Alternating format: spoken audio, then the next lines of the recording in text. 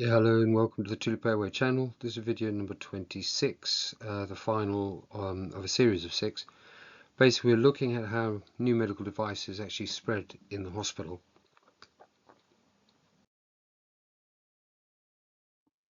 So this is based on my book, Life and Death Decisions, how clinicians really choose new medical technology, something that we had to learn, notice, modify as we were selling the Tulip Airway.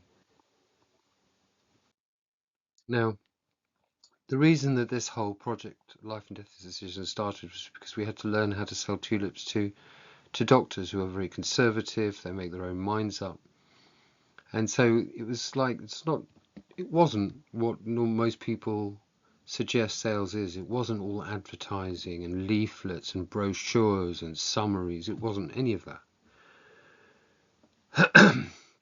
Medical technology doesn't spread through paper. It doesn't spread through announcements, and it just doesn't spread the way that most people think it does.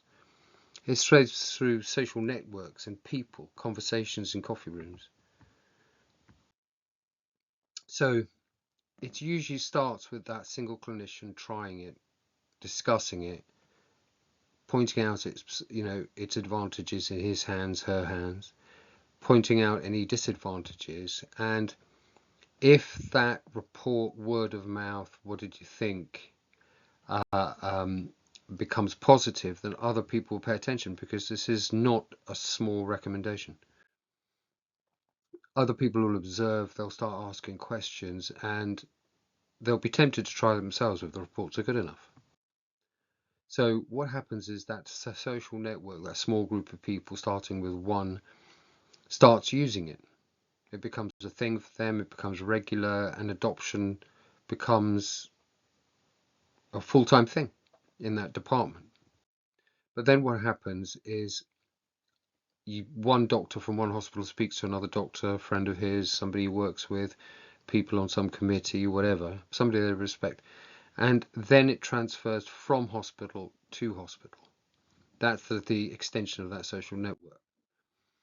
So people watch what other people do, particularly people they respect, and if somebody who okay, I can justify my own personal decision because XYZ is using it, that emboldens them and allows them to experience that new technology for themselves. It helps get rid of the uncertainty because somebody else has done it, somebody else has experimented with it. But the person themselves, that doctor themselves, basically will only convert and make a decision for themselves once they've used it, once they've experienced it. Once they've used it like 3 times, yes, it works. 5 times, good. 10 times, okay, this works. 25 times, it's become routine. It's easy. It's not a problem. So what happens is the trial becomes sustained use. So what happens is that the more you use it, the more familiar you become. Well, I mean, that's not particularly a surprise, but what the real thing isn't just experience, it's that trust, because you're going to make a life-saving decision for someone else. So the repeated exposure repeatedly reassures the doctor that the decision they're going to make by changing equipment is a good one. Now, this is basically all in life and death decisions, because of course we had to discover this for ourselves when we were selling the Tulip Airway. That's involved in basic life support, ABC. So the real way to sell Tulip is to actually let them use, these doctors use it. Let them use it, they'll see it's successful, they'll see they're comfortable with it. There's no presentation, there's no pitch, there's no nothing. There's like a brochure, so you've got some pictures. There's 10 basic facts, and then after that, the clinician should be enabled to make their own decision.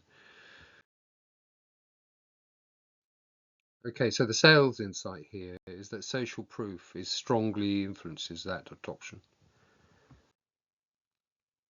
The other thing is basically respected key opinion leaders tend to lead the others. So understanding this pathway enabled us to get Tulip adopted more quickly and more effectively, because the decisions were made by the doctors, who then stuck by their word, stuck by their own decisions. And it really pointed out how presentation, how brochures and all of these things that, you know, some people insisted were so important just don't matter. This is about trust, peer observation, personal experience, and in fact, if anything, less persuasion, less talking. So marketing just doesn't market medical devices. It's basically social networks, trust, clinicians, personal experience. And that basically is where life and death decisions came from, and that process. As you can see, Life and Death Decisions is now on Amazon.